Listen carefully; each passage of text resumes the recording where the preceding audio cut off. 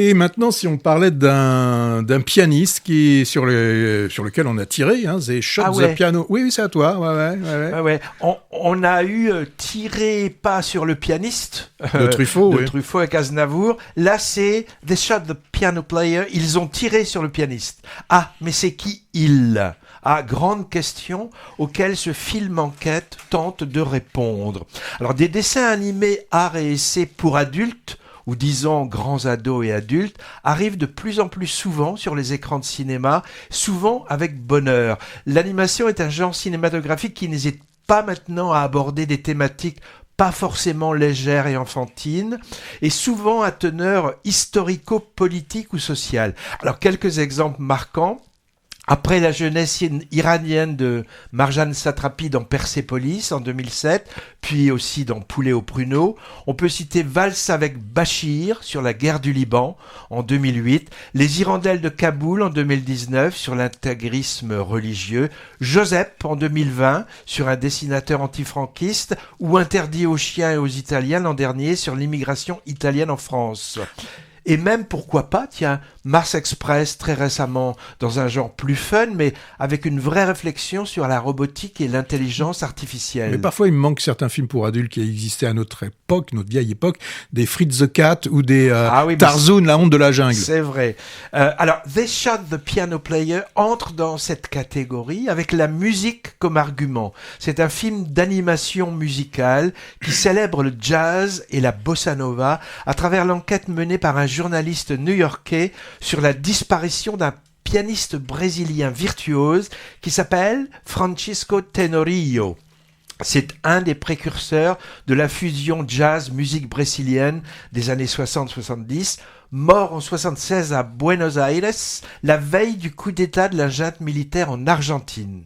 Alors, via le commentaire d'un narrateur, façon détective privé, ça évoque un peu un film noir, et par de nombreux témoignages réels mis en images, le film évoque donc cette période éphémère de liberté créatrice de ces années 60-70, à un tournant de l'histoire de l'Amérique latine, juste avant que ce continent ne sombre dans les régimes totalitaires. Documentaire historique, donc, qui nous fait voyager dans le temps et dans l'espace, New York, Rio, Buenos Aires, sous la forme de fiction animée, avec suspense, que moi j'ai trouvé un peu compliqué à suivre quand même, et musique à gogo. Le film s'appuie souvent sur les voix originales des protagonistes du récit, par exemple les grandes pointures de la musique brésilienne, Gilberto Gil, Chico Buarque, Milton Nascimento. Le parti pris graphique est intéressant. On est très loin évidemment du style Disney, DreamWorks, Pixar ou même Ghibli, avec un dessin simple, genre ligne claire, très coloré, les coloris flashy contrastés sont vraiment très beaux, et une animation, peut-être que j'aurais aimé peut-être un peu plus fluide. C'est le second film d'animation d'un duo d'artistes espagnols. Il s'appelle Javier Mariscal et Fernando Trueba, après un certain Chico et Rita en 2010 que j'ai pas vu.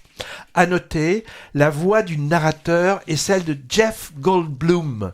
Jeff Goldblum, La Mouche. Oui, c'est l'acteur très grand dans La Mouche et dans Jurassic Park aussi d'ailleurs.